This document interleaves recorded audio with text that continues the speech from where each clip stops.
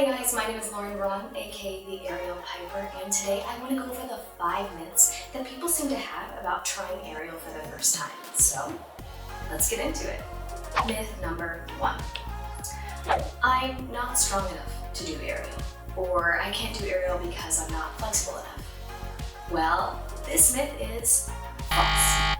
When people first start doing aerial, most of them can't do a pull-up, let alone 5 in a row.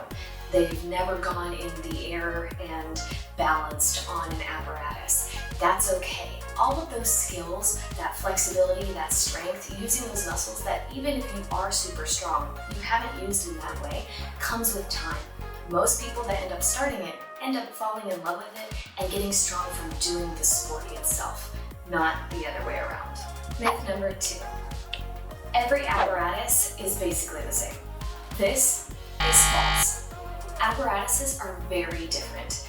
A lyra is very different from a cube, which is very different from trapeze, which is very different from silks.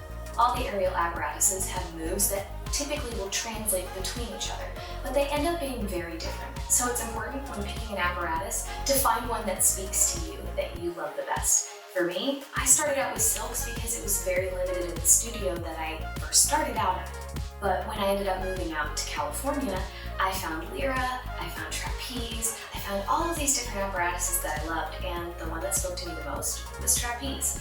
Everyone has their preferences, so make sure to talk to your studio about what they offer, what levels they offer, and more importantly, what you want to do. Myth number 3. I only do aerial because aerial hurts. This one's a tough one because all of that depends on the moves you're doing, what level you're doing them at, what apparatus you're doing them on, your instructor, and your pain tolerance. So it's kind of a complicated answer. I can't tell you really if it's true or false. What I can tell you is that certain apparatuses cause more or less discomfort based on your level, and what you're used to, as well as what moves you're doing. So for me, it was more discomfort when I was doing aerial silks than first starting, but I did end up with a few bruises on the top of my foot doing footlock.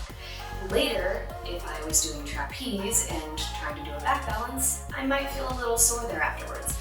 But the most important thing is knowing that your instructor is never going to put you in a situation where you are going to hurt or injure yourself. They all want your safety more than anything else, and they want you to have a good time. So talk to your instructor if you have certain concerns, but I promise you, most of that discomfort ends up going away after a while, and people end up falling in love with the sport.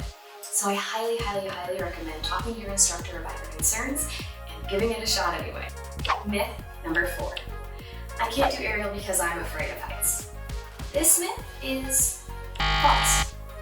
While most apparatuses have this idea of being really high up above a big crowd, Cirque De Sole style, most of them never make it that high. In most aerial studios where you end up training, a lot of them end up being around here, just high enough so you can grab the bar and low enough that you can sink down low, but most of the time it's within that distance. But a lot of the times, you'll end up starting very low to the ground. Hammock, you can literally lay back into. Silks, your tails will touch the floor. So if there's a concern about heights with you, you'll never have to go higher than you ever feel comfortable with. Most aerial studios are usually about 20 to 25 feet high, but apparatuses can be hung at all different levels. So if that is a concern for you, it shouldn't dissuade you from trying aerial for the first time. Aerial can be done 6 inches above the ground. And myth number 5, I can't do aerial because I get dizzy or I am uncomfortable being upside down. Well, good news for you, this myth is false. You can always do aerial without a swivel. Most apparatuses are rigged with a carabiner, a swivel, another carabiner, and the rest of the rigging specific to the apparatus. It makes it really easy to remove that swivel. Just talk to your instructor. Now, if you purposefully spin yourself around, even without a swivel, physics, you're going to spin back. But most of the time, if you're in control of your movements and your momentum, you can minimize that spinning. As for hanging upside down, certain movements will be limited if you choose not to hang upside down or invert. But that doesn't mean you can't do anything.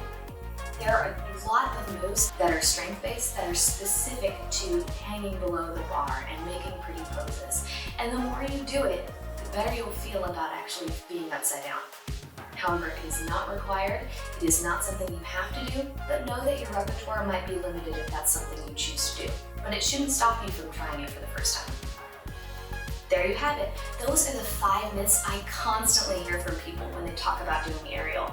And I just wanted to help dispel those so that you feel like you can do it if you've ever wanted to try it. And I highly encourage you doing so.